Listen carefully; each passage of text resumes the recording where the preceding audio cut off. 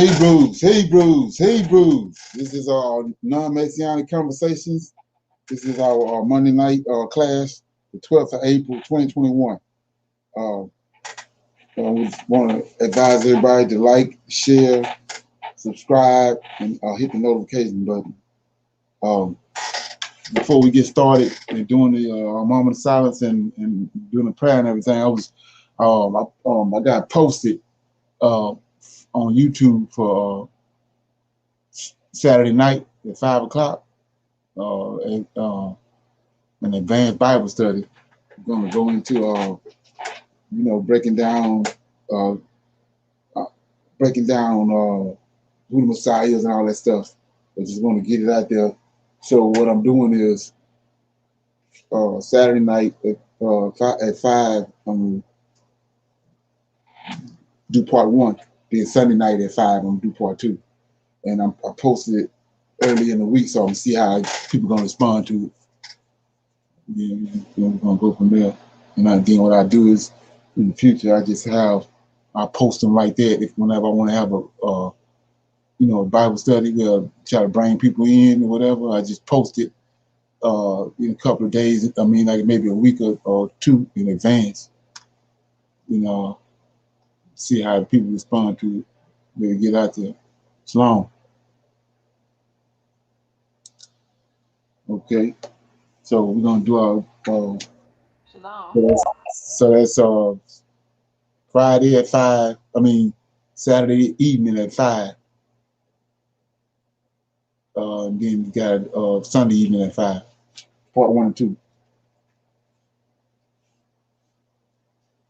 Okay, so we're gonna do our moment of silence in regards to the Lord of hosts and all that they're doing in the earth, and Him and Yahweh doing in the earth to bring about our deliverance, our promised prophesied deliverance and regathering. We're gonna do our prayer. So, holy, holy, holy is He who sits high and looks low. Faithful and true is He who sits upon His throne. We come praising Thee, O Lord, on your holy day. You, O Lord, foretold of the day of these days, and they are now here upon us, O Lord. Give us, O Lord, guard us, O Lord. Make haste to deliver us from our oppressors. You and you alone is Israel's Savior. We come with outstretched arms, O Lord. Your prayer and your power and your glory we know of, O Lord, will last forever and forever, according to your book and your timeline of events, O Lord. We pray. All power and glory belongeth unto Thee. We praise Thee at this hour and repent of our transgressions against Thee, O Lord. Forgive, O Lord, forgive us of our transgressions against Thee. All praises unto Thee. Okay, I'm going to read the Psalms.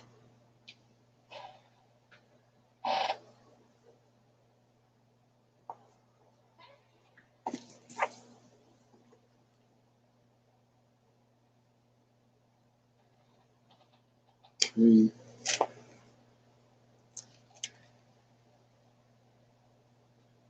Psalms 10. It's a prayer for the overthrow of the wicked. It says, why standest thou far off, O Lord?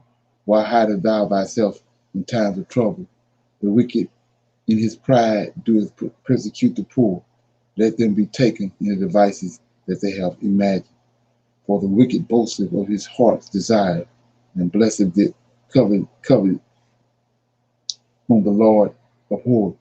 The wicked, through the pride of his countenance, will not seek after God. God is not in all his thoughts. His ways are always grievous. Thy judgments are far above out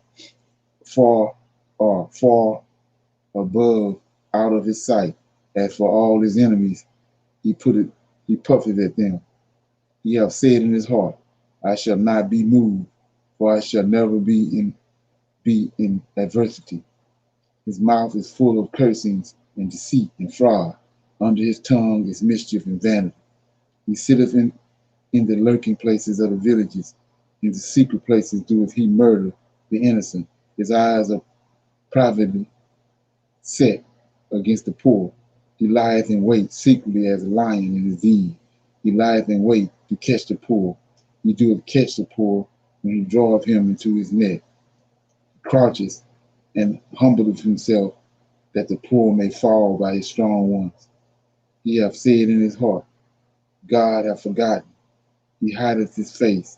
We will never see it. Arise, O Lord, O God, lift up thine hand. Forget not the humble. Wherefore doeth the wicked contempt God? He hath said in his heart, thou wilt not require it. Thou hast seen it, but thou beholdest mischief and, and spit to it. Requite it with thy hand. The poor committed himself unto thee. Thou art the helper of the fatherless. Break thou the arm of the wicked and the evil man. Seek out his wickedness till thou find none. The Lord is king forever and forever. The heathens are perished out of his hand, out of his land. Lord, thou hast heard the desire of the humble. Thou wilt prepare their hearts. Thou wilt cause thine ear to hear, to judge the fatherless and the oppressed, that the man of the earth may no more oppress. That was Psalms 10, and it's a prayer for the overthrow of the wicked. Okay. Anybody got any current events? Yeah. I just heard that they're saying that the cop pulled the wrong gun. She's supposed to been. She said taser, taser, but if you look at the video, you'll see she had time enough to see that she had a gun in her hand before she fired. Okay. So yeah, I just heard that on. I just tuned into the before class here, the Yahoo News on the computer, and that's what they saying. Okay. So, but yeah, Okay. That's it. Where that was at? Minnesota, right where they Okay. having, yeah, you know they having their Chauvin uh, trial there, and then they gonna be doing silly stuff like that. That was silly. Right. Right. That's it sound like Esau to me. Yeah, tell me about it. Right. Anybody else? Okay. I got something right here. Got a couple things.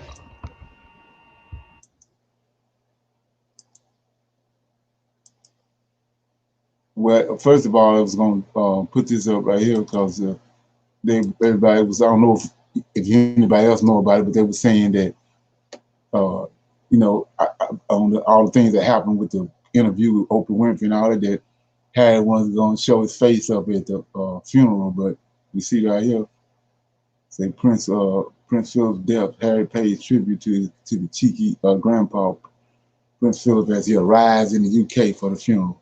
So it says right here, uh, Britain's Prince Harry has paid tribute to his grandfather, Prince Philip, describing him as a man of service, honor, and great humor after flying back to the United Kingdom ahead of the funeral on Saturday.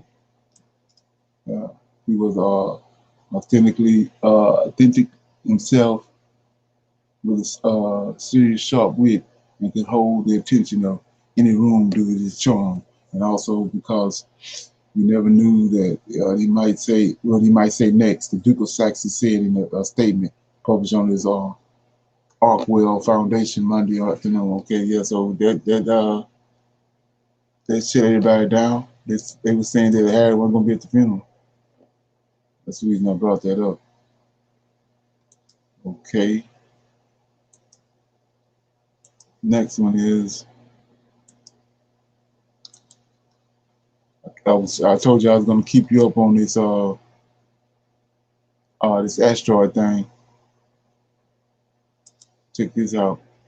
This happened. They had almost 7 or 8 asteroids passing the Earth in over the last 15 days. Here go one passed over the weekend. Nobody knew it.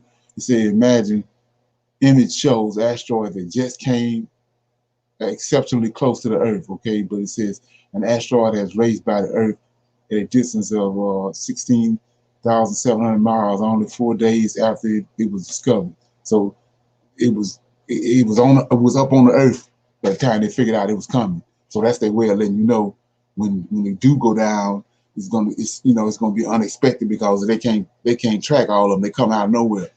And so this one right here showed up out of nowhere. It was 4 days before they realized it was, how close it was. See, the asteroid known as 2021 GW4 was traveling at 18,700 miles per hour when it passed our planet, 9 times faster than the rifle bullet. At its closest point, 2021 GW4 passed by us at just 7% of the distance between the Earth and the Moon. It was also much closer to us than some man-made uh, gastrostationary satellites, which typically orbit at around 22,000 miles. The asteroid closest pass occurred at 9:01. That was yesterday. So, like I said, they that's a setup. Everybody sleep on it though, but that's what they're doing. Uh, Let me get some here.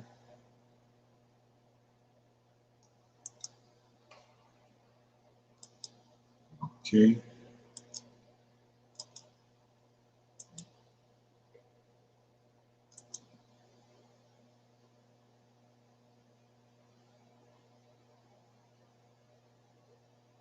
Since we already talked about the female shooting, I'm gonna bring this one up right here. This is a shooting in Tennessee high school. It leaves one dead. This happened today. It says the shooting at a Tennessee high school leaves one dead, a police officer injured. Say one person is dead and a police officer was injured during the officer-involved shooting at the high school in Knoxville, Tennessee. Police reported. Let's see right here. Knoxville Police Department officers responded to Austin East Magnet High School in northwest Knoxville after reports of a male subject who was possibly armed in the school. Police said a female officer who fatally shot Dante Wright during the traffic stop uh, meant to use taser, police chief said. An officer approached the subject. Uh, Shots were fired. Police said one officer was shot at least once and was transported to the UT Medical Center with non-life-threatening injuries. One male was pronounced dead at the scene, and one male was detained for further investigation, according to the KPC. So anyway, was this two different incidents, right? This is not the same one you're talking about, Uh-uh. right? So it's like the guy was saying, it's so many shootings now you can't even count them. They got something up. They got something up. It's just shootings all over the place. Yeah. So, uh, Biden wants to take the guns away, but Right, they're gonna right. take because they said they don't have enough support in the, with the Senate and the Capitol, oh, geez, with the Yeah, legislature. it kind of low. I guess he don't have enough support. Right, Yeah, from the legislature, the legislative body to do that. right, So I don't know, maybe he gonna try to do something order like Trump. right. That's like a perfect example of like David Icke was talking about with the problem reaction solution. They making the situation the solution the problem so bad now the people gonna holler something have to be done. And they already the whole time they already had something in plan that they wanted to do. Right. They had to create the problem and make it look like it's so bad. Yeah. And I don't believe that. Oh, geez, my phone. I'm at this thing is echoing. I don't believe DMX was no overdose. I think that was a murder because uh, note the date that they claim he died, the ninth. Right. Yeah. Well, you ever heard about the ice bullet? Uh-uh. Right. It's they like 50 years ahead of us when it comes to technology. They just give us what they give us the leftovers. But they have a bullet. It's supposed to be. uh, it's ice. It's made out of ice, but it's got a drug in it. And they can shoot it, and it can go into your skin. And when it get in your skin, it melt. And then the drug that's in it get in your blood system. So one of the identifying factors when you start dealing with Hollywood and all that, if you notice all the people, all the actors and people that start speaking out to come up dead, it's always a heart attack. Mm-hmm. That's what that is. That's what's in that solution that's in that ice bullet. It's always a heart attack. Yeah. They're always gonna say he had a heart attack. That's what Bernie Mac had. But it's around around the boule and around them circles. They know what's up when somebody come up like that dead. They know what's up. They know if they was killed and they know why they was killed. It's like the guy that just died in Africa. I don't know if anybody's seen that. They had like a 12-minute video came out today. I think it was this morning. It's talking about the reasons why Magafuli, whatever his name was, uh, died. Oh, really? Yeah, they're speaking out about it. They're saying that he had left some notes and stuff saying that if something had happened to him, then he was saying that that the what they call those people, the colonizers didn't like what he was doing. Oh. So he's saying he kept saying colonizers don't like what I'm doing. So in so many words, he was saying that he was gonna come up missing. Mm. Well, Yeah. they said he turned off that pacemaker. Was that Dr. Mooney said they turned off his pacemaker. okay? Is that something? Yeah, and they said that even though they turned it off, the heart will keep beating, or it'll keep going. But that a nurse would take a magnet. They'll have her take a magnet and run across his chest, and that'll stop it. Right. Yeah. Okay. Yeah. So, yeah, we know they took him out. They take out all the ones that's trying to do something for their people. Right. Okay. Yeah. So, anybody else got anything before we move on? I'm right here. I'm gonna ask and see if anybody have any questions about anything that they've been dealing with or reading uh, or whatever. Comments.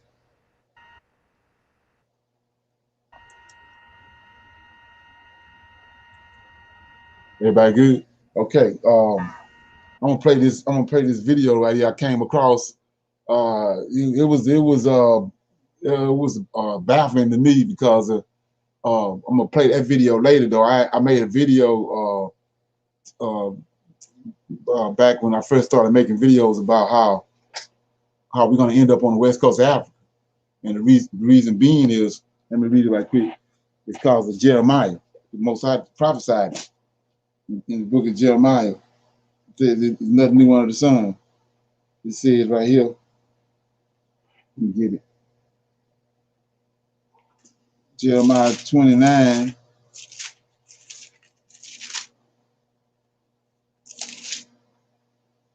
and verse let me see, 14. 29:14 says, I'm gonna start at verse 11. For I know the thoughts that I think toward you, said the Lord, thoughts of peace and not of evil, to give you an expected end. Then shall you call upon me, and ye shall go and pray unto me, and I will hearken unto you, and ye shall seek me and find me, and when you search for me with all your heart. 14, and I will be found of you, said the Lord, and I will turn away your captivity, and I will gather you from all the nations and from all the places whither I have driven you, said the Lord. And look at this, and I will bring you again into the place in which I caused you to be carried away captive. So this last captivity that we went in, they came and got us from the west coast of Africa, and we went into captivity from there to Americas and to the Caribbeans and Great Britain. So what he's telling you is he's going to regather us, bring us back to where they got us from, the west coast of Africa. And then from the west coast of Africa, then we go home. which is another verse where he says, from beyond beyond the rivers of Ethiopia. So when you look at the map and you look at beyond the rivers of Ethiopia, which is the Niger, the Volgate, all those rivers, on the, beyond those rivers is the west coast of Africa. So it was like two witnesses, you know. But like I said, who knows these things? Because the average person dealing with JC and dealing with the New Testament, they're not gonna see all this, you know. So anyway, so we see that he's gonna return us back to the place which we caused us to be carried away from. That was the west coast of Africa. And I was showing you how all the stuff they got going on now, they getting ready to send us back. They already started with 20 the year of return. With Ghana had the year of return, and you know, Ghana sitting smack dab in the middle of the west coast of Africa. That's one of the places where they carried us away from with the slave castle that's here in Ghana. I think it's the Armenia slave castle. And so what we see manifesting ourselves right now is they in the process of right now us returning. Matter of fact, it already started. We're returning now back to the west coast of Africa. So anyway, with that being said, you say, well, what you talking about? Well, check this out. What this brother's talking about. I was like spellbound when I heard this. He's kind of he's African. Okay, I'm gonna play half of it. Y'all did we talk about it, but I'll play the other half.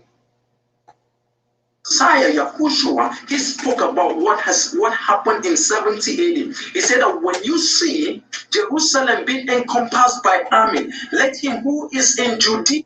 Yeah, he got his timeline off. He got his Messiah off too, so disregard that. Yeah, so now talking about the southern kingdom now, the people who are in the southern kingdom, let them do what? Let them flee towards down. That is to say, flee to the mountains. You know, so that is telling you that the people who were in the southern kingdom were the people who were there before the Roman people invaded. Remember what I told you, that the northern kingdom has already been occupied by the troops, by the people whom the king of Assyria brought, and they took over the northern kingdom. So, but the southern kingdom was still there until the Romans, through Vespasian, came in 70 AD and besieged.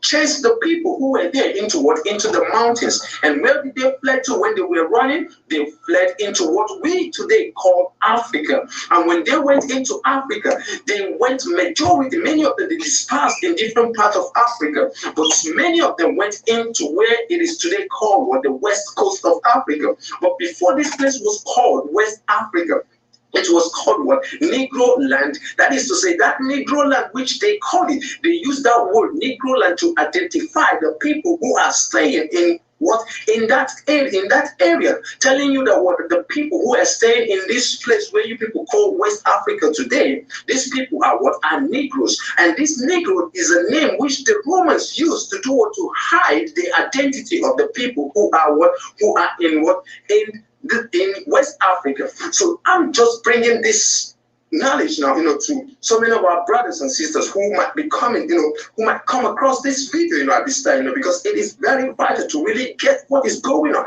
because that siege which you see, which Yahushua spoke about, we are going to see it according to the scripture. It is in the book of, let's go there now so that you can be able to see what I'm talking about, in the book of Luke, chapter number 21, because that siege, that particular siege that the Romans did, went in through Vespasian in 70 AD. That siege is still going on at this time. But at this time now is the time when Judah is going to do what? Is going to fight.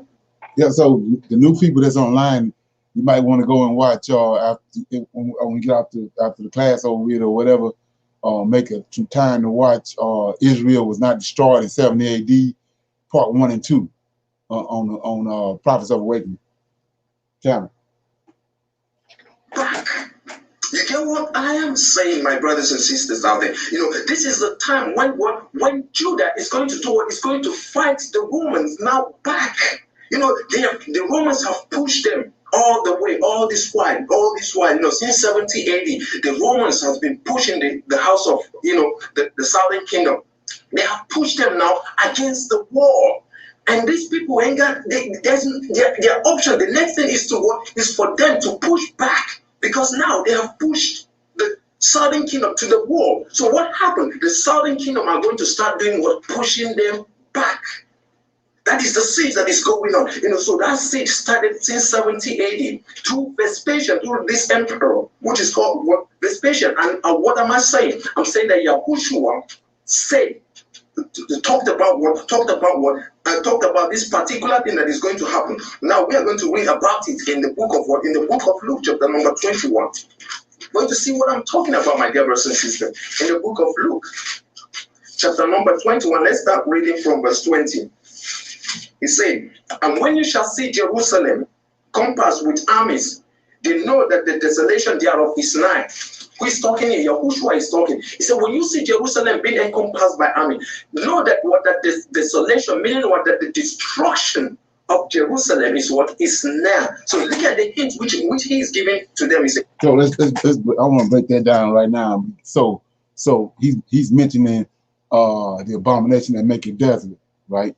So we're going to go there. I know some people know about it, but I want to make that plain right now, because he's doing the most. Daniel chapter 9.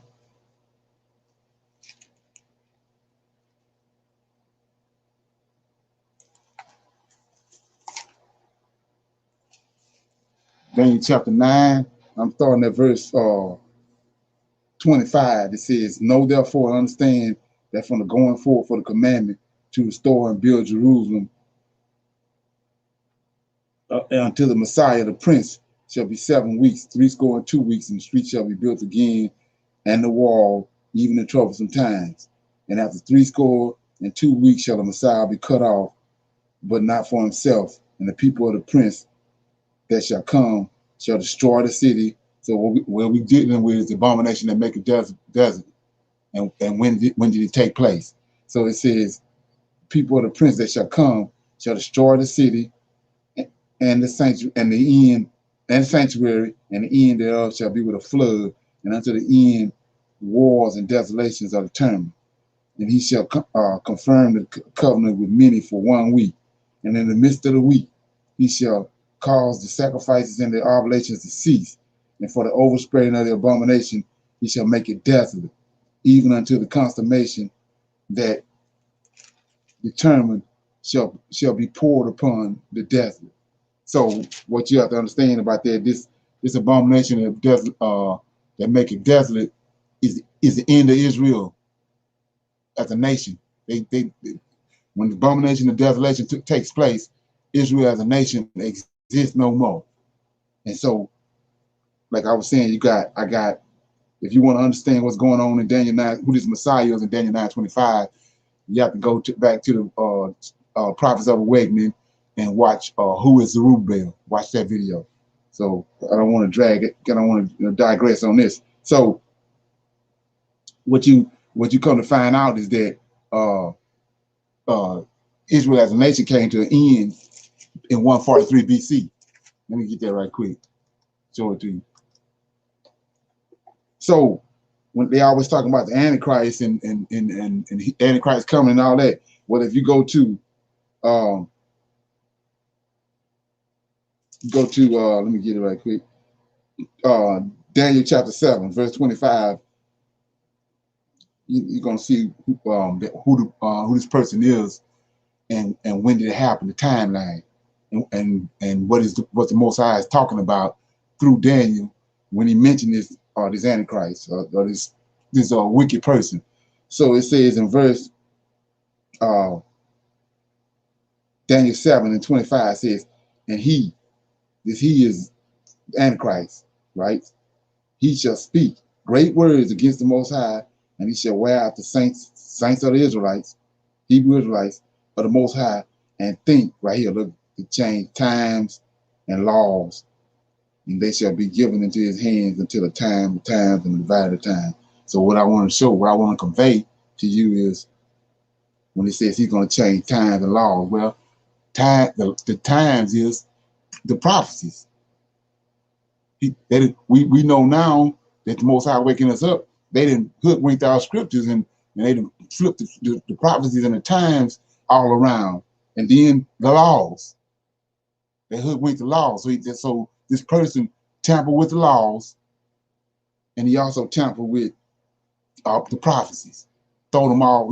He got them all off. So the brother over here on just talking is talking about what Jesus said, but those events already happened. That's what the Most High telling you right here. They didn't change the times and events and all that and flip them all around where you can't understand what's going on unless Most High sends somebody and we in the latter days, so it's being broken down and to understand that the Most High want to come forth. It's coming forth now. So if you go to Daniel chapter 8, verse 15. I'll start the video back. So Daniel had a dream of a ram and a he-goat. So, and when you understand the story, it's four beasts. Daniel had a vision of these four beasts. He saw them in metals, and he saw them with animals. And the first beast was a lion. That was Nebuchadnezzar, Babylon. The second beast was a bear, and laying on his side. That's the Medes and Persians. And the third beast was a leopard. That's Greek. So Daniel had a dream. He saw a ram with two horns and a goat, a he-goat. So let's look at it. So I don't know about nobody else, but I'm gonna believe what the prophet's saying and what the angels talk about. I ain't got to go to seminary. So it says, Daniel chapter 8 says, 15. It came to pass when even I, Daniel, had seen the vision, sought for the meaning, then behold, there stood before me as the appearance of a man, and I heard a man's voice between the banks of the Uriah, which called and said, Gabriel, make this man to understand the vision. So he came near where I stood, and when he came, I was afraid, and I fell upon my face. But he said unto me, understand, son of man. See that? Not only is he talking to him, he's talking to us too, when you're reading it right. So he says, understand, O son of man, for at the time of the end shall be the vision. So what you have to understand, the end that he's talking about, the time of the end, is this abomination that maketh desolate. That's the end of Israel. When it's an abomination that maketh desolate take place, that's going to be the end of Israel. He ain't talking about the end of the world because we still here right now. So he ain't talking about us. He ain't talking about the end of the world. He's talking about Israel as a nation. He's fed up with them. They keep on going straight from him. So he fed up with them. So verse 18 says, now as he was speaking with me, I was in a deep sleep on my face toward the ground, but he touched me and set me upright. And he said, behold, I will make thee know what shall be in the last end. See this? Last end of indignation. That's the indignation is judgment on sin.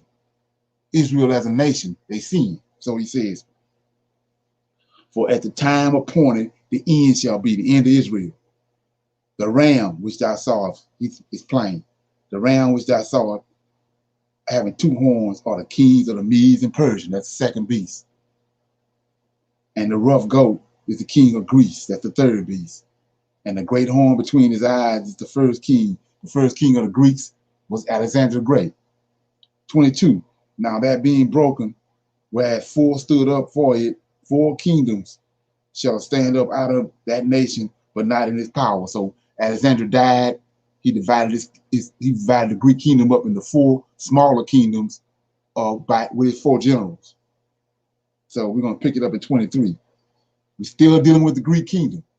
We ain't not dealing with the fourth beast yet. It says, in the latter times of their kingdom, the Greek kingdom, when the transgressors come to a full, a king of fierce countenance and understanding dark sinners shall stand up. This the person that changed the times and the laws. It's the Antichrist. So we in the third beast. 24. And his power shall be mighty, but not by his own power. I just read this. And he shall destroy wonderfully, shall prosper, practice, and he shall destroy the mighty and the holy people. The holy people is the Israelites. So this Greek king out of that understand dark sentences at the end of the Greek kingdom. At the end of the third beast, is going to destroy the mighty and the holy people. He gonna destroy the Israelites. We just read up in verse 19. He says, "Behold, I will make thee know what shall be the last end of any nation, and for at the time appointed the end shall be the end of Israel as a nation." So we get down there in 25, and through his policies, this whoever this king is right here, in case you want to know, is Antioch Epiphanes. So he says, through his policies also he shall cause craft to prosper in his hand, and he shall magnify himself in his heart. By peace he shall destroy many, and he shall also stand up against the prince of princes, but he shall be broken without hand. That's the prince of princes is Michael. So he did what he's gonna do when you go to Second Maccabees, First Maccabees, and read the first 15, 20 verses of First Maccabees. You can get the rundown on who Antioch Epiphanes was. He came, and he the one caused the abomination that make it desert that I just read about in Daniel 9:25, and he brought Israel to an end in 143 BC, not in 70 AD. So let me read that right quick. Then I'm gonna pick the video back up, because this brother right here he got his timeline off. I'm giving him a pass on JC and all that, and Mark and Luke, but we got to break this down. So I'm in First Maccabees. So you want to get this book. It's a apocryphal book for people that don't know nothing about it. It says First Maccabees. It came to pass. I told you about that. That's right here. He prophesied right here. And I was reading in Daniel chapter 7 about the ram and the he-goat. The angel brought the vision, then he gave him the understanding, but it didn't come to pass. That's an example of them changing laws and changing and flipping stuff around. It never came to pass in the King James. But it come to pass right here. It says it came to pass. Number is that? Hello? Which number is that? First Maccabees. Is it first, the second, or third chapter? Oh, chapter 1. Chapter 1 of First Maccabees. Okay, thanks. Chapter 1, verse 1. That it came to pass after Alexander of Macedon, son of Philip, who had came from the land of Checham, had utterly defeated Darius, the king of the Medes and Persians. We just read that in the King James, that he reigned in his stead, as before he reigned over Greece, and he waged many wars and captured fortresses and slaughtered the kings of the earth, and he made his way to the end of the earth and despoiled a multitude of nations. The whole earth was silent before him, and he became exalted, and his heart was uplifted. He mustered a very mighty army, ruled over lands and rulers of heathens, and they paid him tribute. Afterwards, we just read this, he fell sick and knew that he was going to die, so he called his distinguished servants who had been brought up with him, divided his kingdom among them while he was still alive. Alexander had reigned 12 years when he died, and his servants succeeded him, each in his own dominion. After his death, they all put on crowns, as did their sons after them, and for many years, and they did much evil on the earth. They doing evil on the earth because they Cain's descendants. So see, there sprang from them a sinful shoot named Antiochus Epiphanes, the son of King Antiochus. He had been a hostage in Rome, and he became king in the 137th year of the Greek kingdom. Let me read something right quick. So let's look at this right here. I'm gonna read this again. Then I'm gonna go over here. I gotta show you this. His servants succeeded him, each in his own dominion. After his death, they all put on crowns, as did their sons after them, for many years, and they did much evil on the earth. There sprang, look at this, there sprang from them a sinful shoot. So shoot and root, the same thing. So there sprang from them a sinful root named Antiochus Epiphanes, king of Antiochus, son of King Antiochus. He had been a hostage in Rome, and he became king in the 137th year of the Greek kingdom. So not 70 AD, he became king in the 137th, but it says he was a sinful root, right? Wicked root. So let's go here. It had already been prophesied over in Isaiah about this. I'm in Isaiah right quick. You might want to write this down. Okay. Isaiah.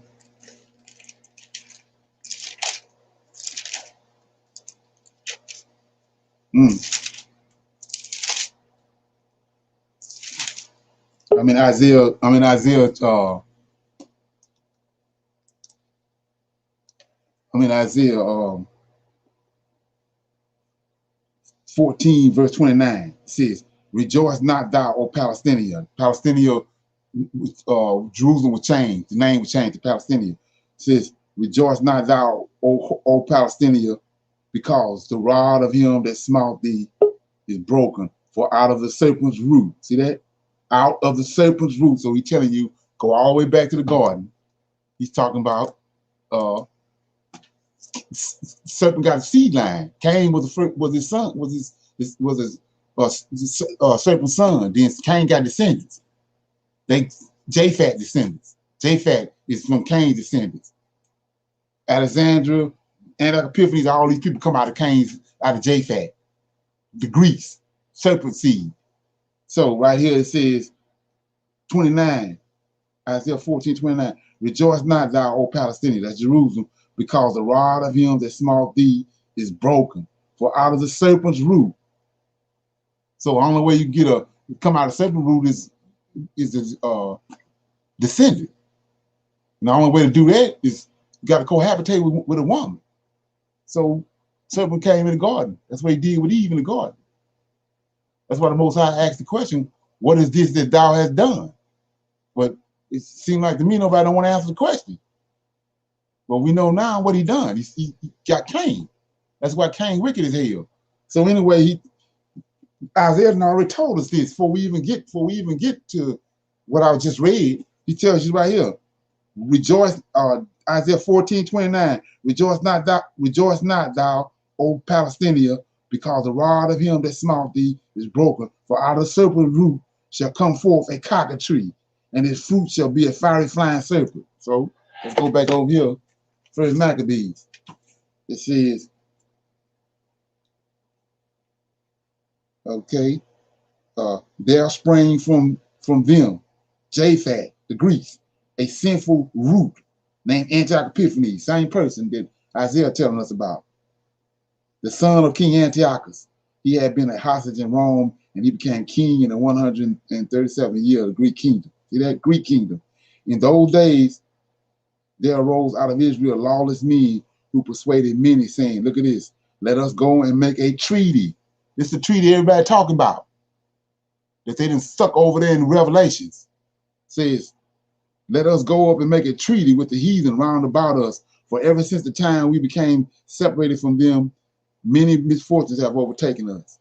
Now look, the plan seemed good. What plan? The 7-year plan that everybody talking about. So it says, the plan seemed good in his eyes, and some of the people went eagerly to the king, and he authorized them to introduce practices of the heathen, and they built a gymnasium in Jerusalem. They don't tell you this. So it was a gymnasium that was on the side of the temple during the Greek kingdom. But they never seem to show you that when JC walking around there laying hands on people. They never seem to show you the gymnasium. We see it right here. And they built a gymnasium in Jerusalem, and the heathens fashioned and submitted to uncircumcision and disowned the holy agreement, and they allied themselves with the heathen and became slaves to wrongdoing. So this is my question to everybody out there, anybody that's listening. So which one the Most High want? If he sent his son, which one he want them to? He want to tell them that to go back and circumcise themselves, or come lay hands on them? We just seen right here, and they done made a league with Antioch Epiphanes, and they went against the Holy Covenant, which was the circumcision. They wasn't circumcising themselves no more. So which one, if he got to send a son, which one what's going on the command? What are you gonna tell them to do? Go tell them to get themselves back start back circumcising their boys. Not coming and laying hands on them. The circumcision is the sign to let you know you belong to the Most High. So anyway, so I wanted to show you that. So this guy came during the time of the in 143 BC, before the Common Era, not in 70 AD. So this is when the Israelites left. That's what I want you to get you to see. So this guy right here, this abomination that make it desolate, happened in 143 BC, and the Israelite nation came to an end from that point. They fled and went to the west coast of Africa. They wasn't nowhere around Jerusalem no more. The Antichrist already came and ran them out, and now Esau living there. So from the time the prophecy in Daniel chapter 7, when Anti-Epiphanes came to 70 AD, there was Edomites that stole the land of Israel, and they were posing as the Israelites, and they was calling themselves by the name of the Israelites. And then in 70 AD, they were ran out. Let me read that right quick, then we're gonna pick back up with the video. So Daniel, we back in Daniel. Okay. Back in Daniel, I'm gonna read that and I'm gonna get back over there. So it says in Daniel chapter 11.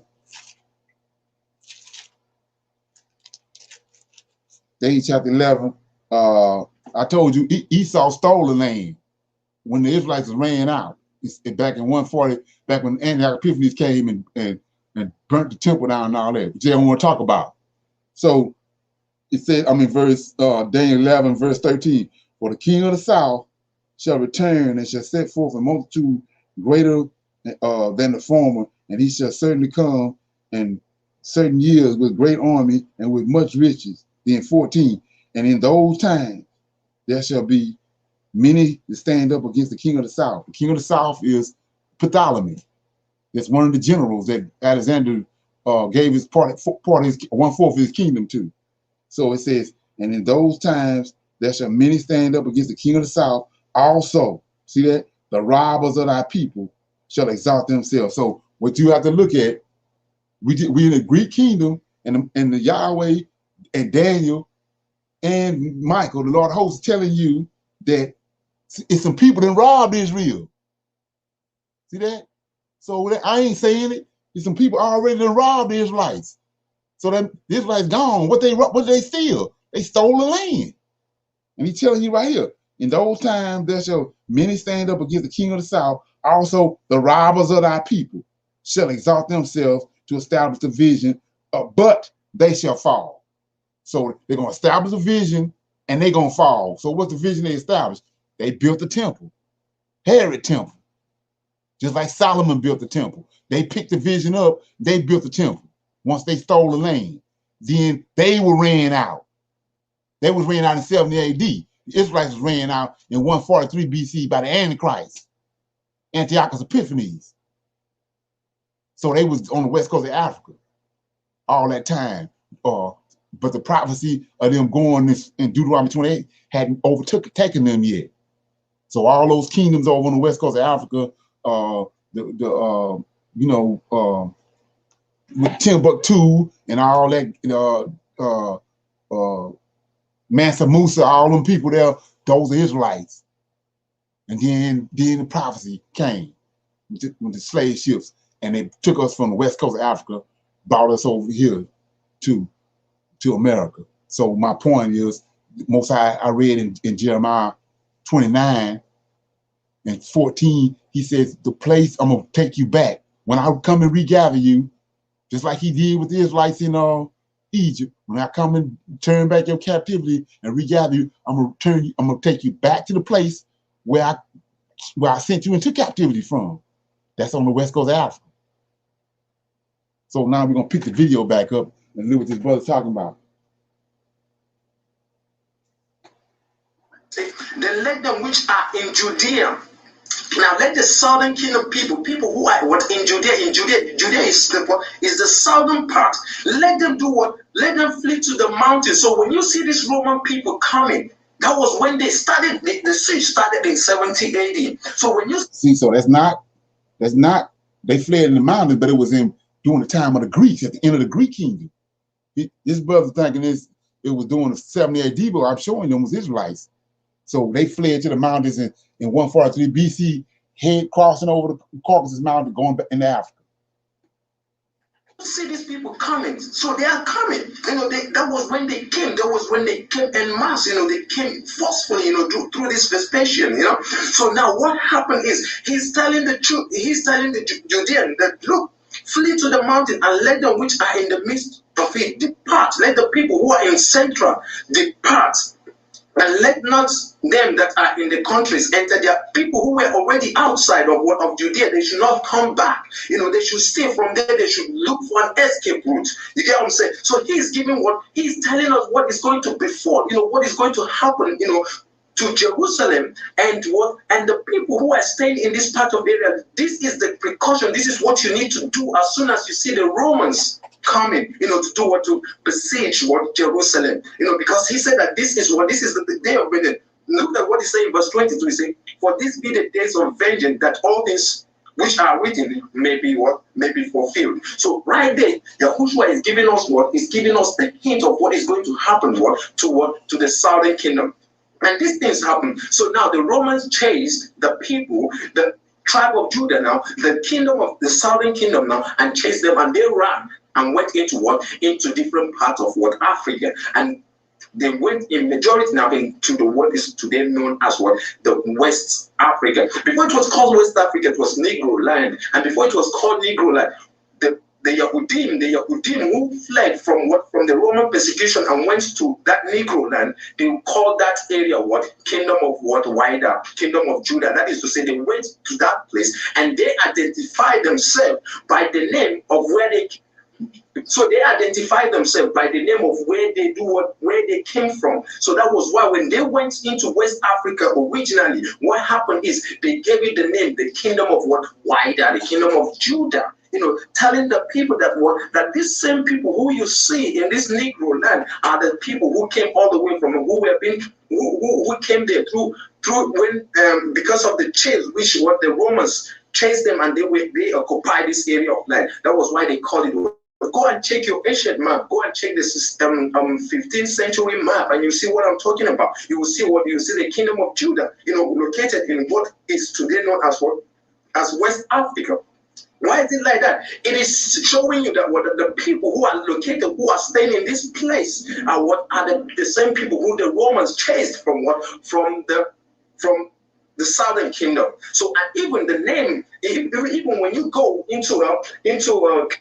even when you go into Cameroon today, you see that the capital city of Cameroon is called Yaoundé. Yaoundé simply means Yahuda, simply means Judah. So these are telling you these things are giving you an insight of the people who are staying in what is today known as West Africa. They dispersed in different parts of the world, but they went in majority in what is today known as West Africa, and particularly also you see them located in the western part of in different east and west and all different part of the world. They were dispersed. So now I'm going to show you what is going to happen. Because this time now is the time when the southern kingdom had to push back against these Romans, because these Romans, this siege now, these people have pushed them all the way against the wall. So what is next? Since the pushing, since these Romans have been, all the way since 70 AD, the siege has been going on. But this time around is the end of it all. So now Judah need to push back. Judah need to strike back. Judah can no longer just stay and allow these Romans to keep on pushing them against them, to keep on pushing them when the pushing has already gone, when the pushing now has gone to the wall. So they can no longer push them to nowhere. So this time around, it is the time for Judah to push back. Now let's go to the book of Joel. I want to show you what is going to happen. Because it is time, it is the rise of Judah this time around. Because Judah can no longer tolerate all this nonsense. Now let's go to the book of Joel, chapter number 3, from verse 1. He said, "For behold him." Now he was in Matthew, Mark, Luke, and John. Now look where he is. Those days and in that time, when I shall bring again the captivity of Judah and Jerusalem. So the Most High is going to do what? He's going to remember, he's going to bring back the captivity. He's going to do, he's going to put the spirit, he's going to put what in his people. To do what? To go against that Roman, to go against those people that has been pushing them since 70 AD. And therefore, these people need to rise to do what? To go against those people. To go against what? To go against the Romans that has done what? That has pushed them against the wall. They need to rise, Otherwise, what next? Because they have been pushed to the wall, by these Romans, by this siege which they have done all the way since 70 AD. And this siege is still going on. They're still being persecuted left and right. And this time is the time that they need to do what they need to do, what they need to push by now. This is what the Most High said. For behold, in those days, which means at this time that we are in now, and in that time, when I shall bring again the captivity of Judah and Jerusalem.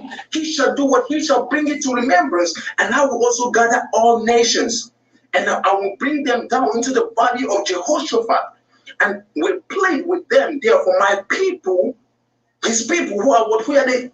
His people, the tribe of Yehuda, and will plead with them there for my people and my heritage, Israel. They say, whom they have scattered among the nation and has parted my land. So that is to let you know that this time is what he said that he will get in those days. That means at this time that we are in now, he will again bring the captivity of Judah. That is to say, those things which they have done.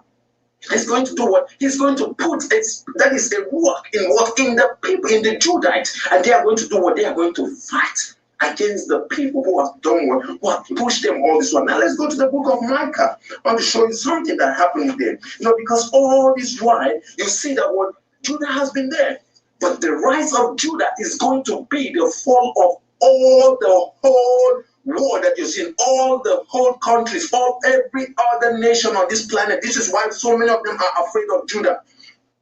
Tie your shoes up. This is why they are so much afraid of Judah, because the rise of Judah is going to be what is going to bring down every nation that you're going to see on the face of this world, of this universe now.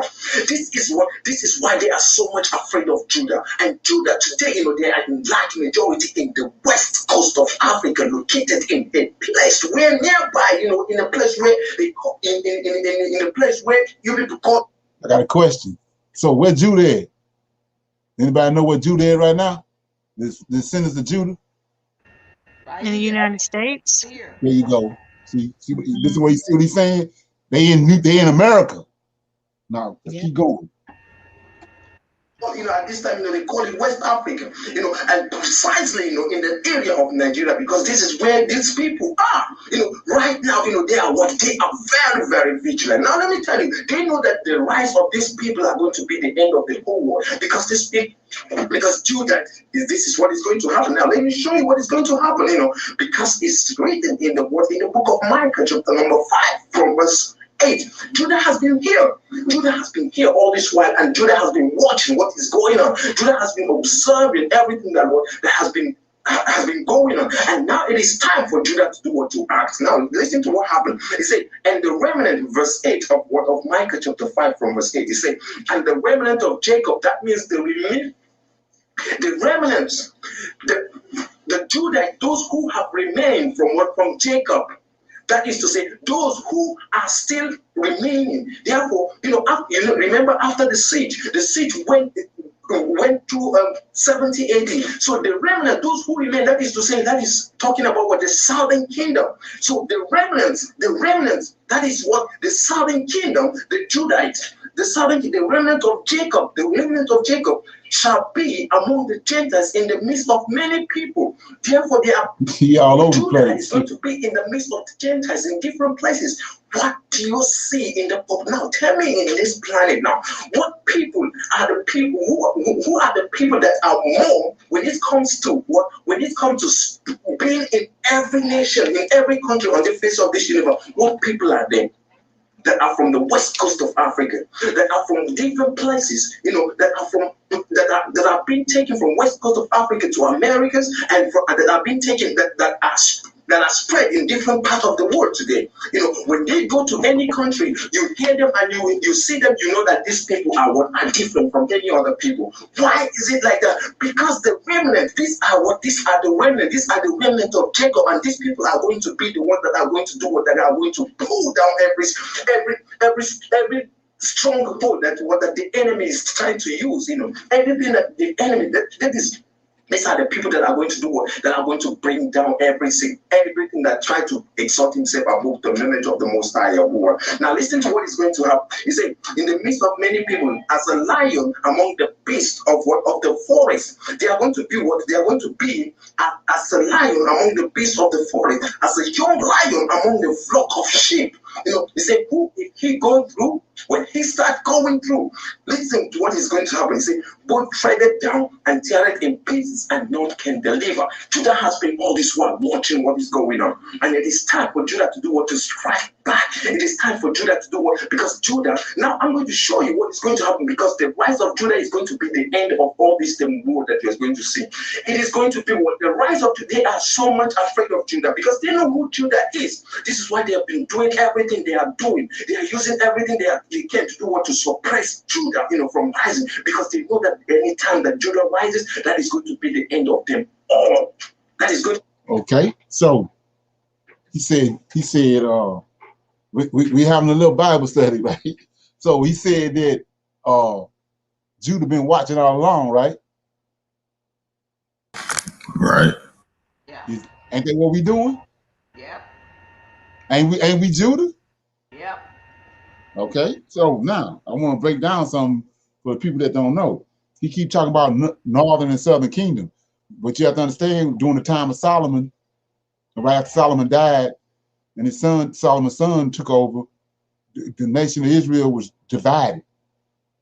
Judah, Benjamin, and Levi was separated from the other 10 tribes. So that's the northern kingdom is the 10 tribes. They went into captivity in Syria for their sin against the Most High. But Judah went into captivity in Babylon. So when he started talking, when he's saying Judah, he's talking about the southern kingdom. That's Judah, Levi, and Benjamin.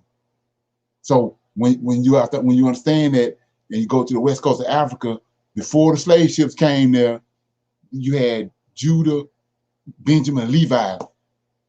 It's with so-called Negro land. And you go to the ancient maps, like he was saying, you can see it was the Ashanti people is the Levites. Then you had the people in Benin, in that area over where Sierra Leone at, that's Benjamin. And then you had the kingdom of Judah. Why Judah? Whatever. They spelled it a different type of way. We went into captivity because Judah, Benjamin, and Levi is the head. They the ones that take the brunt of the sin when Israel go in apostasy. They the ones take the brunt of it. They the suffering servant. So they fled from Israel during the time of Antioch Epiphanes, and we ended up on the west coast of Africa. All that history over there, all them different nations and kingdoms that was rising was Israelites. Then in 1619, that's when the slave ships came, the prophecy came and took them on the west coast of Africa. They wasn't in Israel. So they went into captivity in the west coast of Africa. Most High got a prophecy saying that he's going to return them. He's going to turn the captivity and return them back where he got them from. So he's going to take them back to the west coast of Africa. So the brother is telling you that it's a nation that's rising. We're looking at it. It's Judah rising, but where they finna send Judah? They finna send Judah to the west coast of Africa, right? And he went to let's look at it. So he went to Joel. I mean, some ears should have perked up when he went there because we know that's Joel chapter 2. Joel chapter 2. Blow ye the trumpet in Zion.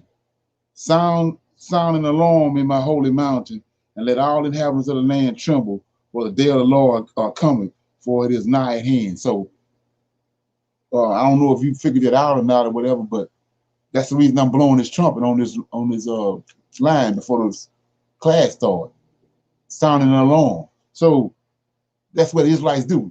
He blow a trumpet. So the day of the Lord been prophesied about all through these scriptures by our forefathers and prophets. So he's telling you right here, when this trumpet go off, it's hammer time. So what the trumpet for? The trumpet is for, let's go to it right quick. The trumpet is for Ezekiel. Let's get it right quick. It's an event that's going to happen in Ezekiel, right? This is what the trumpet is for. I'm in 37. It says, I'm going to read a few verses. It says, the hand of the Lord was upon me, carried me out in the spirit of the Lord, and set me down in the midst of a valley which full of bones, caused me to pass by them round about. And behold, there were very many in the open valley, and lo, they were very dry. And he said to me, Son of man, can these bones live? And I answered, O Lord, God, thou knowest. And again he said unto me, prophesy unto these bones, and say unto them, O ye dry bones, hear the word of the Lord. Thus saith the Lord God unto these bones, behold, I will cause breath to enter into you, and ye shall live, and I will lay sinews upon you, and bring up flesh upon you, and cover you with skin, and put breath into you, and ye shall live, and ye shall know that I am the Lord. So I prophesied as he was commanded, and as I prophesied, there was a noise. Behold, shaking, and bone came together, bone to his bone. And when I beheld, and lo, the sinew and the flesh came upon them. Skin covered them from above, but there was no breath in them. Then said he unto me, prophesy unto the wind, prophesy, son of man, and say to the wind, thus saith the Lord God, come from these four winds, O breath, and breathe upon these slain, these people that was dead at one time. He bringing them back. He said that they live. So I prophesied as he commanded me, and breath came into them, and they lived. Now look at this. And they stood upon their feet.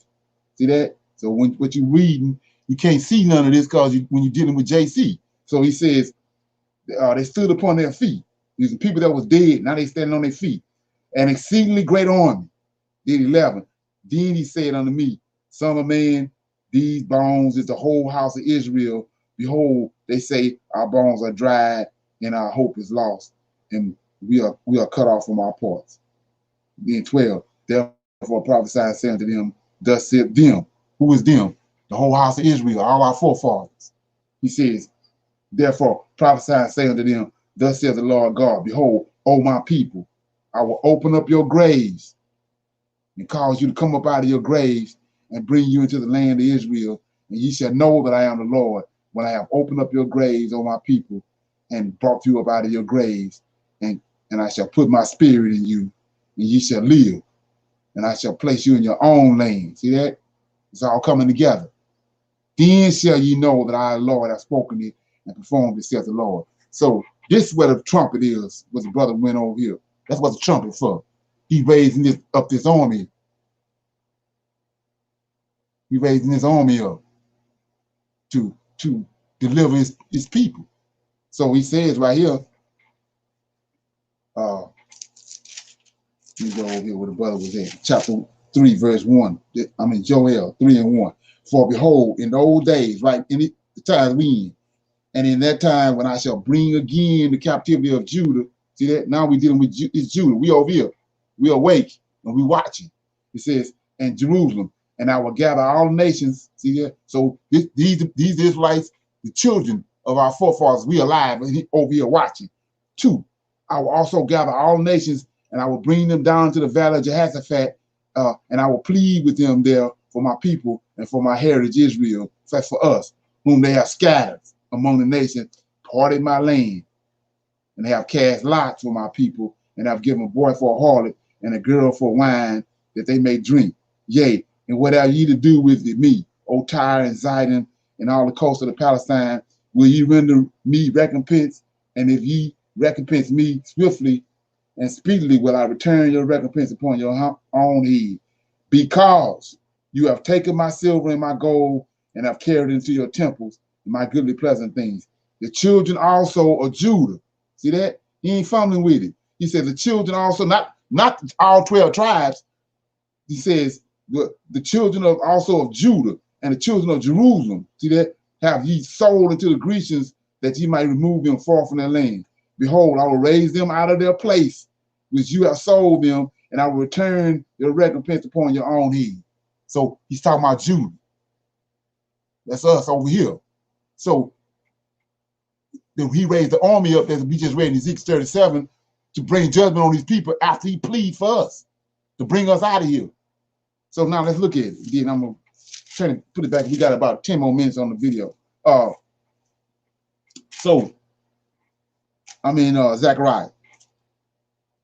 So like I said before, once you get the right instructions, you see everything going the way it's supposed to go. So I'm in chapter 12 of Zechariah. So, and like I say, the Most High precise. We ain't fumbling with it. So he says, chapter 12, this is the future deliverance of Jerusalem, the burden of the word of the Lord for Israel, says the Lord, which stretcheth forth the heavens and layeth the foundation of the earth and formeth the spirit of man within him. Behold, I will make Jerusalem a cup of trembling unto all the people round about, when they shall be in the siege, both against Judah and against Jerusalem. See that? He's talking about Benjamin, Levi, and Judah. And in that day will I make Jerusalem a burdensome stone for all people. All that burden themselves with it shall be cut in pieces. By who? By this army. He's just going to raise up in Ezekiel 37. It says, though all the people of the earth be gathered against it, here we go.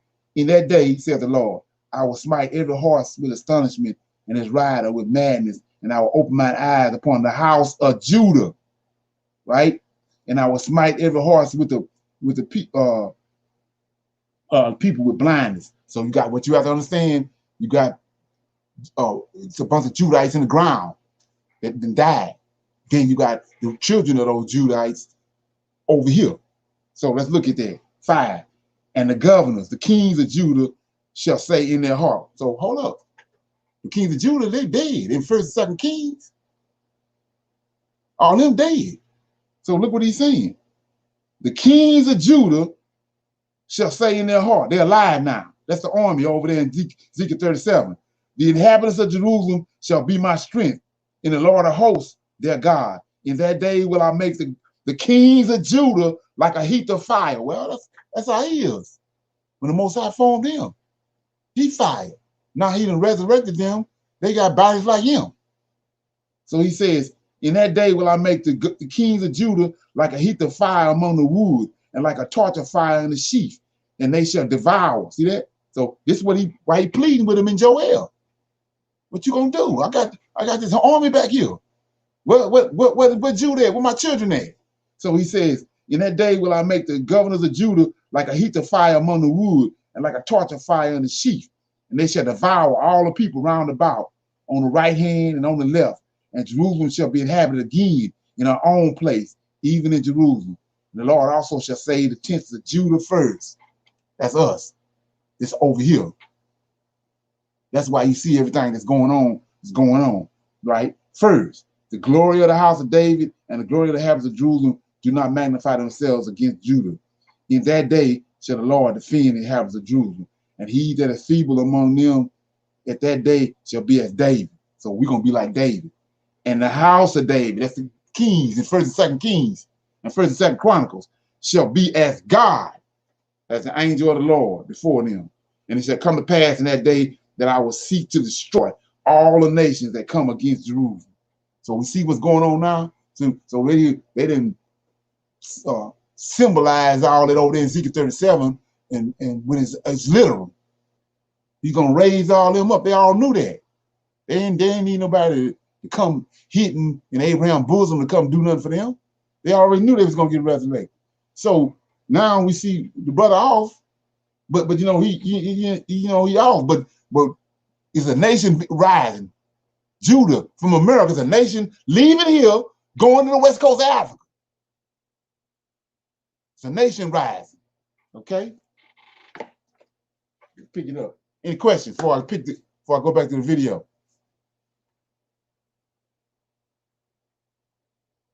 No question? Everybody good? Yep. Okay. To be what the end of them all. Now listen to what happened. Let me show you what happened into the book of Genesis. Let me show so that you can be able to know the promise that the Most High has promised you, that the Most High Yahuwah has promised Judah. You know, because there's something that happened there. Let's go to the book of Genesis, chapter number 49, from verse 8. Genesis, chapter number 49, from verse 8. It says what? It says, Judah, thou art he whom thy brethren shall praise. Thy hand shall be in the neck of thine enemies. Who are the enemies of Judah? The enemies of Judah are those people that came and besieged and chased them away from what they used to be. And they chased them into the west coast of Africa. And now that they are in Africa, the enemies still want to come to Africa and do what? And finish what they have started in 70 AD. Now, Judah is going to do what? Judah is going to go against those enemies. Now, listen to what happened. The Bible is saying, Judah, thou art in whom thy brethren shall do or shall pray, because Judah is going to this time around strike back against to his enemy. He said, now Judah is going to be the one that his brethren is going to be. His brethren are going to praise. All other his brethren are going to do. They are going to be happy for Judah. They are going to praise Judah for what he has done, because Judah is going to be the one that is going to stand against what? Against them Romans, against this the Western world, against all this, Judah, the rise of Judah is the end of them all. And Judah, as I'm talking to you now, is what is on the rise. You open your eye, you can see who Judah is. Judah is right before you talking. Judah is everywhere. You can see Judah everywhere that you see him. My dear brother, now listen to what he said. Judah, he said, thy hand shall be in the neck of thy enemy. So Judah is going to be he's going to be the one that will hold the neck of his enemy. Therefore, he's going to do what? He's going to be the one that is outspoken and everything. He's going to be the one that is what is active. He's going to be the one that is going to bring back, the glory of the kingdom of Yahudim. Now listen to what happened. He said, thy hand shall be in the neck of thy enemies. Thy father's children shall bow down before thee. Because Judah is going to be the one that is going to do what? He's going to bring the light. Through him, the light is going to shine to his brethren. And they are going to be what? Through Judah now, the light, through Judah, they are going to get a relief, from the pressure that they have been undergoing all this while from what? Through the Roman persecution. Judah is going to be the one that's going to lift up those things that they have been, he's going to set, through Judah, they are going to do what? They are going to be set free. So this is why he's saying that thy father's children, talking about all the tribes, thy father's children shall bow down before thee. They are going to do what? Judah is going to have more respect. They are going to do what? They are going to cherish Judah more. He said, Judah is a lion whip from the prey, my son. Thou hast gone up. He stooped down. He couched as a lion, and as a young lion, who shall rouse him up? So now who shall rouse him up? He has already risen, because what? He is among what he has been all this while. He has been watching, and this time that he has risen, now there's nobody that is going to stop Judah. There's nobody that is going to do what? Stop the rise of Judah. And this is going to be a brand new nation that nobody on this face of the earth is going to stop their rise. And the rise of this Judah, is going to be a nation on its own that is going to do what? That is going to rise from a place where many people, out of the midst of many people, this nation is going to do what? It's going to rise up, and the rise of Judah, I'm telling you what I know, because this Judah, this tribe of Judah, this kingdom of Judah, many of them, they went into what is called today the west coast of Africa. They dispersed in different parts of Africa, but majority went into west coast of Africa. This is why you see the British, when they went into Africa, when they went into west coast of Africa, they went there to take up so many of our brethren. They took them into the west, into the Americas to do what? To take them as slaves, and so, because they didn't know exactly who the Judahites are. They were after what? They were after a particular people. And today, Judahites are located in those areas. Now is it making sense why we getting shot in the streets and all that? And so many of them are still there. And Judah, this is the rise of Judah. So in that area, there's going to be a new nation, a brand new nation that is going to rise from west coast of Africa. And that nation, the rise of that nation is going to be the end of all these Europeans. It's going to be the end of every other nation that tried to bring his head. So the rise of that nation is going to be the end of any nation that. So what we looking at is we're going back. I just read in Jeremiah 29 and 14, he's going to take us back to where he got us from. We rise from there. That's where we rise from. They already setting all of it up. You're making them look like fools. Everything they're doing is setting it up for what he's getting ready to do with us. We're going to rise up as a nation from the West Coast out from the same place they got us from. Try to raise his head up against the knowledge of the Most High Yahuwah, because Judah is going to be the one that is going to do what is going to bring the light. He's going to be the one that is going to do what is going to be used, to chastise so many of these nations. Because all this while, the Romans have been doing what they have been perpetuating. So, and remember what the Bible said in the book of Joel chapter 3. Right? Let me show you. Let me take you back there again, so that you can be able to see what I'm talking about. In the book of Joel chapter number 3. Joel chapter 3. Say from verse 2, it said, now I'll also gather all nations, and we bring them down into the valley of Jehoshaphat. You see how the Most High himself is going to do. He's bringing the nations. He's gathering them in that place in the valley of Jehoshaphat right now. Because after he gathered them into the valley of Jehoshaphat, he's going to plead with them, for his people, right, which they have done which they have already scattered. They sold the children of Judah to the Christians. They sold them to different places. So he's gathering them all now to do what? To bring judgment upon their own head, And that is what. So he said that he's gonna plead with them for his people that he had already scattered, right? Hello? Yes. So what I'm trying to get you to see is, some people think I'm a lunatic, but so he says, this is an old prophecy. This 3,000-year-old prophecy he talking. He said, I'm gonna call all the nations, draw them to the valley of Jehoshaphat, and plead with them for the people that he scattered. Ain't we scattered? Yeah. Well, I just read. Let me go back over here. Let me tell you what I'm talking about thinking like a Hebrew. So, Daniel, chapter 11. Because when I tell you that we left in 143 BC and went to West Coast Africa, not 70 AD. Somebody will say, well, you don't know what you're talking about. So he says right here, Daniel chapter 11, verse 14 says, in those times there shall many stand up against. So these times is in the end of the Greek kingdom, at the end of the Greek kingdom. And in those times there shall many stand up against the king of the south, also the robbers of our people. So that means during the time of the Greeks, Israel already been robbed. So just like he bring them to the valley of Jehoshaphat for his people that they already scattered. So same thing right here. We in Daniel, and we dealing with the third beast. At the end of the third beast, and he's telling us right here in 14, in those times, there shall many stand up against the king of the south, also the robbers of our people. So Israel already been robbed. Israel already been robbed and they gone. So there's not Israel in the land in 70 AD. That's the Edomites. Israel already been, the robbers already robbed Israel. They gone. Okay? And so before I started back, I want to show you something about the people looking over too. Genesis chapter 10 right quick. It's four beasts. It's four beasts, right? That's coming upon the earth. Hello? Yes. So I'm over here in Genesis chapter 10, verse 2. I'm dealing with Japhet. This is the Gentiles, right? The sons of Japhet, Gomer, Magog, Midian, Javan. Javan is the Greeks. That's the third beast. Okay? I'm gonna keep reading. Tyrus, sons of Gomer, Ashkenazi. Ashkenazi is the fake Jews that's over there right now. 90% of the Jews over in Israel right now is Ashkenazi. This another son of him. This is another son of Japhet. It says, and Rephath and Tamagog and the sons of Javan, Elisha, Kitchim.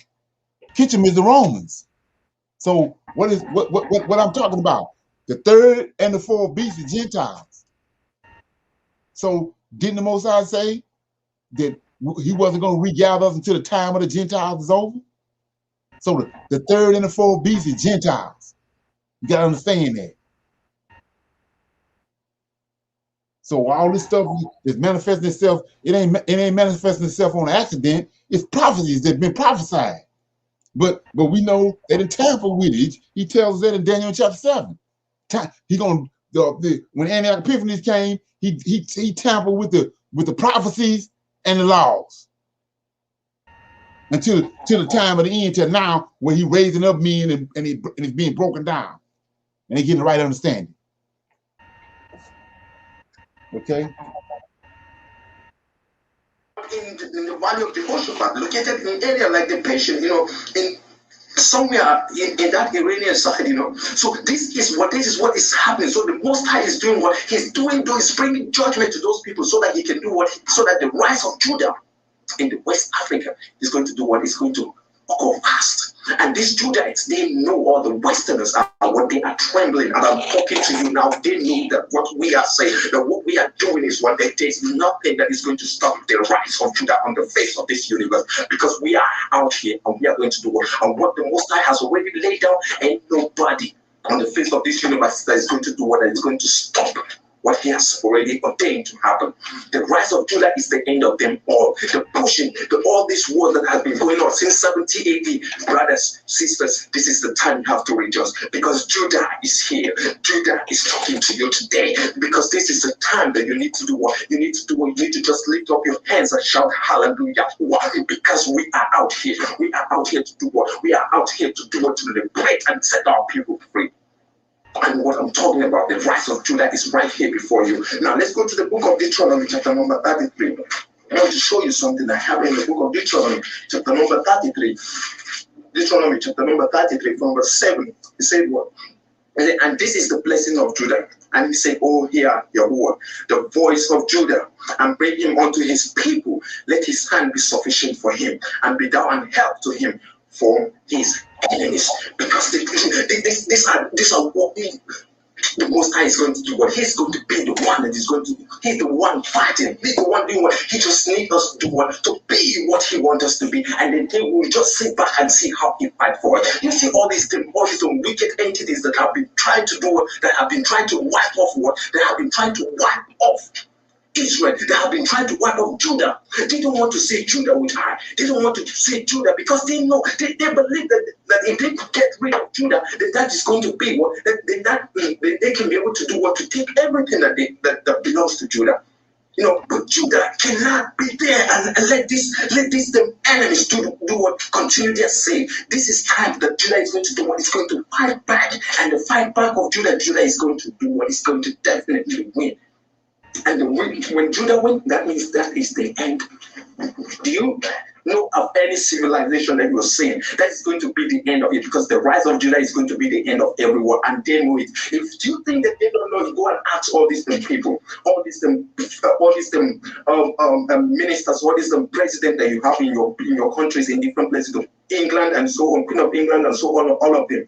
Go and ask these people and say, and they know who Judah is, and they are afraid of Judah, the rise of Judah, because they know that the rise of Judah is the end of them all. China, all these places, because we are going to bring them all to subjection, whether they like it or not. We don't even have no time for them now.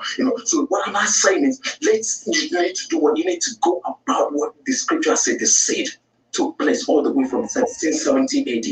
I want to show you something. And this. Okay. See the comments. See anybody get anything out of there? Yes. Mm-hmm. Okay. Any questions or comments before we go? So the guy that's speaking, he sounds like he has an African accent. Yeah. I'm sure, when the Lord of hosts, raises, that's going to be beautiful, raises all our forefathers in, that time. But I'm just thinking like people that are migrating back to Africa. Right. How do you know like which African, peoples are considered Hebrew? I mean, because they look like us. And like with him talking, I mean, I guess we'll know because the Most High will reveal it. But I'm just thinking, like right now, how do you know? Like he's saying that he's Judah, also, and he's over there, but he's talking about us over here. But he's so it's still a lot of um Israel in Africa that's not been scattered. Yeah, that's what I was saying. When you understand the breakdown, he had you had Judah, Benjamin, and Levi was the southern kingdom, and the northern kingdom was the 10 tribes. The 10 tribes is still over in Africa, Oh, I see. Okay, I don't know, and, but I and, thought and they were first and in Europe. the head, Judah. I was showing you how he put a burden on the Levites. They had a burden on them to teach everybody. That's why they can see the angels. The angels was coming to them, giving them dreams and visions, and then they would go and tell the people and guide the people. So if Israel went astray, the burden fell on top of on Judah, Benjamin, and Levi.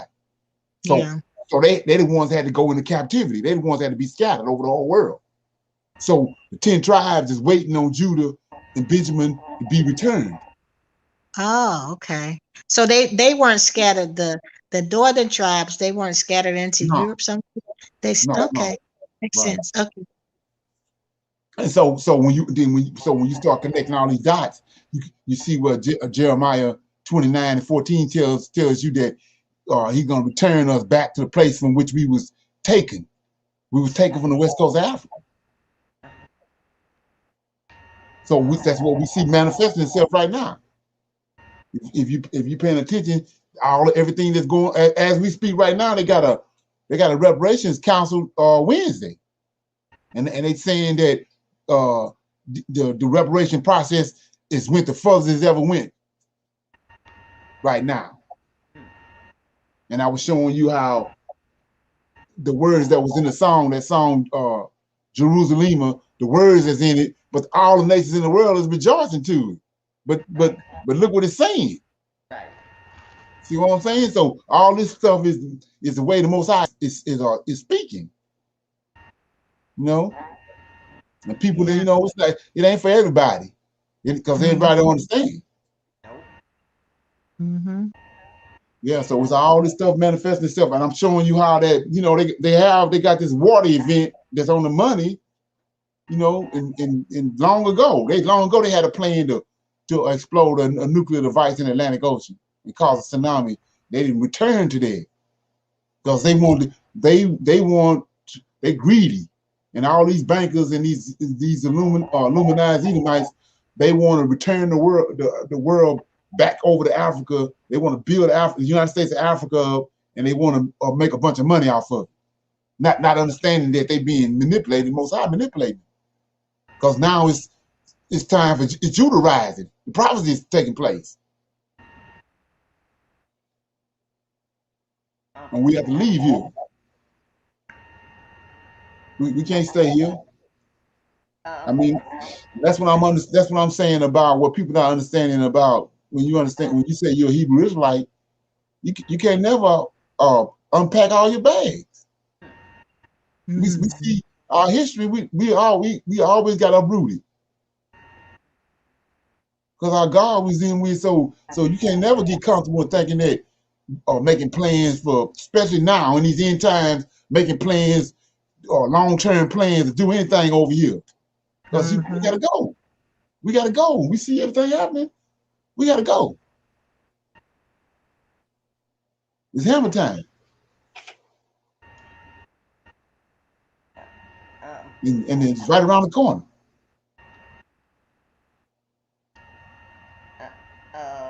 I want to add that, like when I was over in Africa, Right.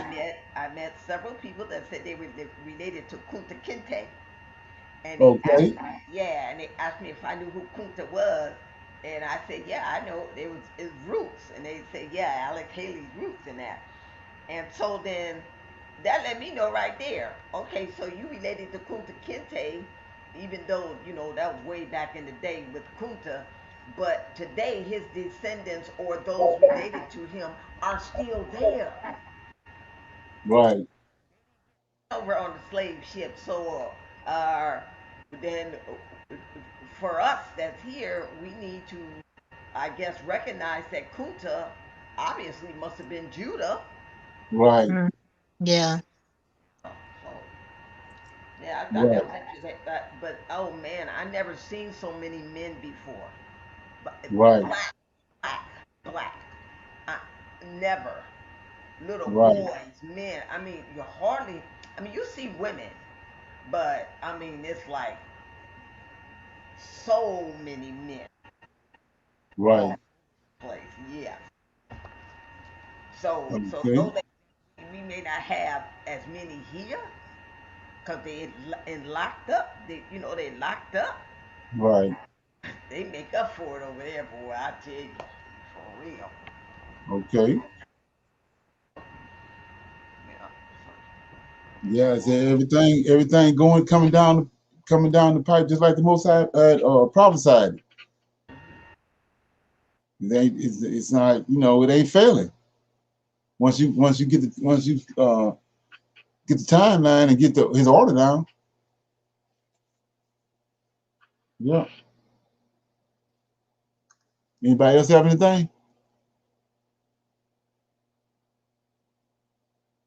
Okay. Let me get this over here. Oh yeah, so I was going to tell everybody too about that. Some people wasn't on here. I got a Bible trying to engage the YouTube, engage anybody that want to come on. I got a Bible advanced Bible conversation on Saturday evening at 5 o'clock. And then it's part one. And then I have pick it up on Sunday at 5 o'clock. I already have it posted on YouTube. So it's gonna be part one is Saturday at 5 o'clock. We're not gonna have the evening classes. I'm gonna do that, and then Sunday at 5 I'm gonna come back part two. So Bible study, open dialogue, just deal with the things from being a non-Messianic and deal with break down some of these lies. So just letting you know that.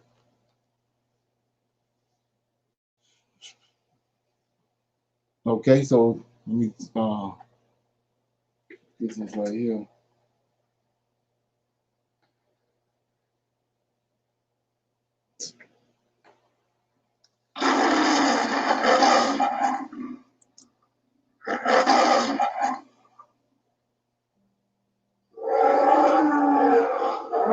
Yeah, so let me see y'all on Wednesday at 7 o'clock.